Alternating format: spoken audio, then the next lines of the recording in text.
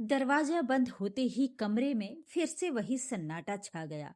लेकिन इस बार ये सन्नाटा भारी नहीं था, ये सुकून वाला था। रितु खिड़की के पास खड़ी बाहर देख रही थी। नीचे सड़क पर लोग अपनी अपनी जिंदगी में व्यस्त थे, किसी को किसी से मतलब नहीं। और उसे पहली बार एहसास हुआ, जिंदगी भी ऐसी ही होनी चाहिए, बिना डर के, बिना हिसाब दिए। उधर सुमित सीढ़ियां उतरते हुए पहली बार खुद से नजरें नहीं मिला पा रहा था। हर कदम पर उसे रितु की बातें याद आ रही थीं। मैं अपनी पहचान खोकर नहीं रह सकती। उसने कभी सोचा ही नहीं था कि जिस लड़की को वो नॉर्मल मानता था, वो इतनी मजबूत निकल सकती है। घर पहुंचते ही रमा देवी ने पूछा, कहाँ है वो? मान गई ना आखिर? सुमित ने बिना उनकी तरफ देखे कहा, नहीं, वो नहीं आएगी। रमा देवी के चेहरे पर हैरानी थी, फिर तुरंत गुस्सा आया। अरे, 2 दिन में अक्ल ठिकाने आ जाएगी उसकी। बाहर की दुनिया देखेगी तो खुद रोती हुई वापस आएगी। लेकिन इस बार सुमित चुप नहीं रहा।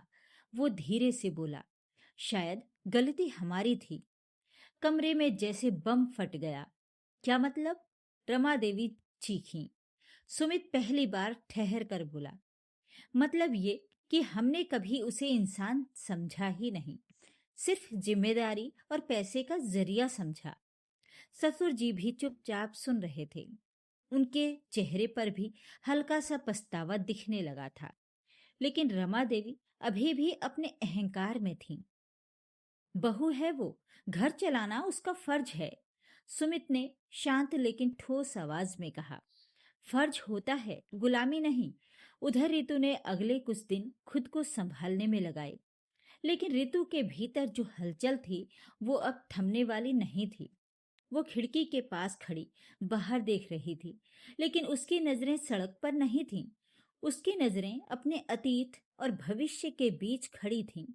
उसने सिर्फ घर नहीं छोड़ा था, उसने अपनी चुप्पी छोड़ी थी, उसने अपनी मजबूरी छोड़ी थी, और सबसे बड़ी बात, उसने अपने डर को पीछे छोड़ दिया था।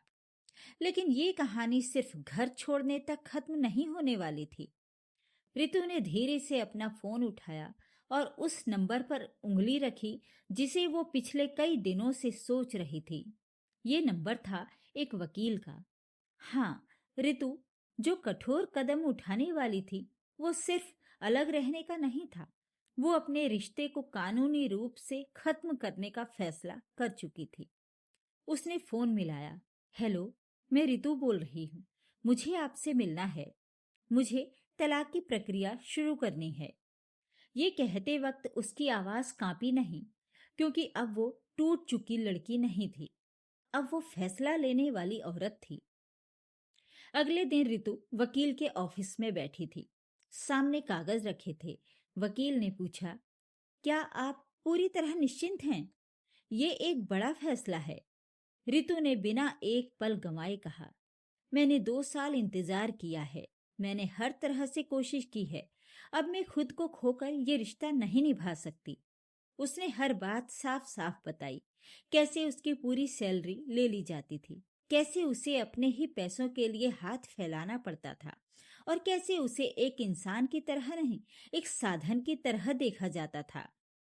वकील ने सिर हिलाया और कहा, आपके पास मजबूत आधार है, आप ये केस जीत सकती हैं।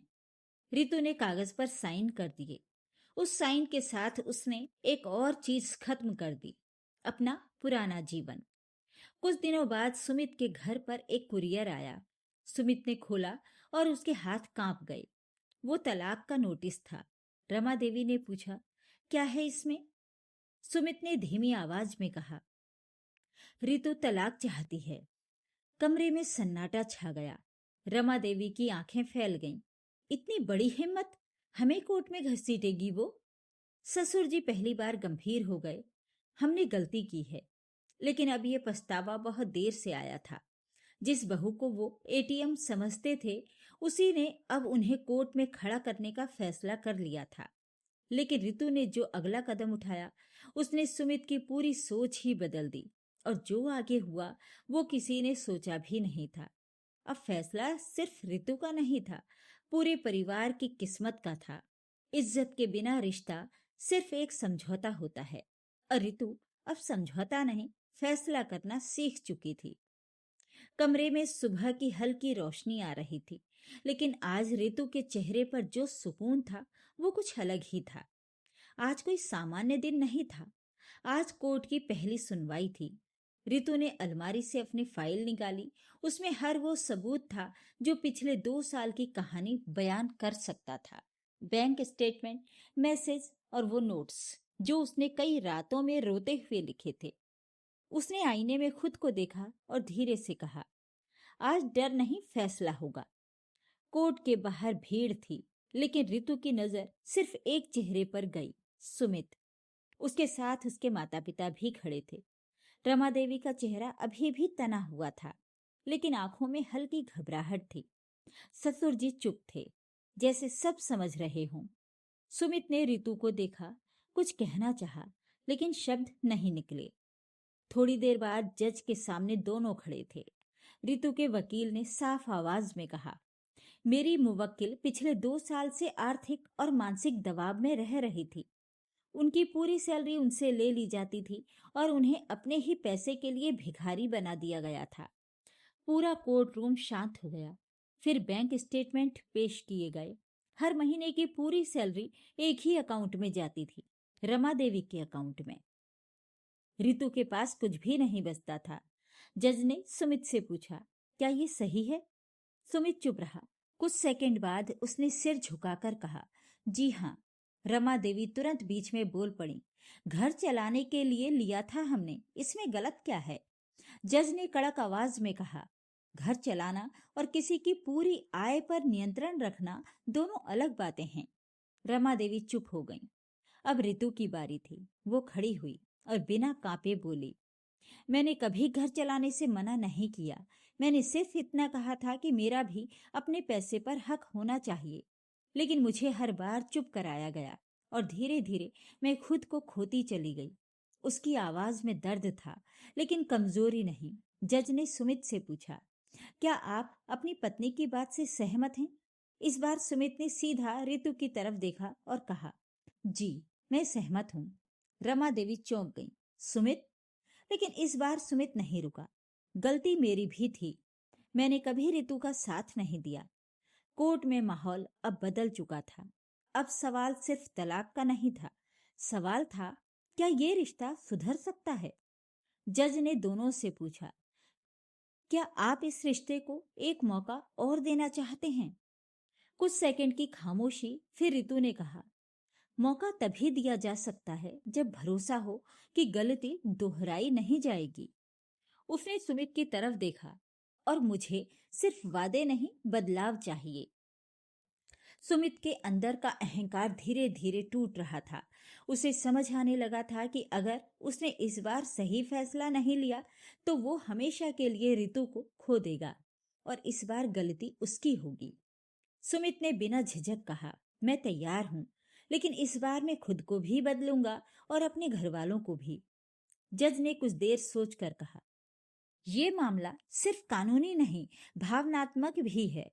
कोर्ट 3 महीने का समय देता है, जिसमें दोनों परिवार से अलग रहकर ये तय करेंगे कि ये रिश्ता आगे चल सकता है या नहीं। 3 महीने में बहुत कुछ बदल गया। सुमित अलग रहने लगा था। उसने अपनी माँ के गलत फैसलों के खिलाफ खड़ा होना सीखा, और सबसे जरूरी, उसने ऋतु को बराबरी का दर्जा देना शुरू किया।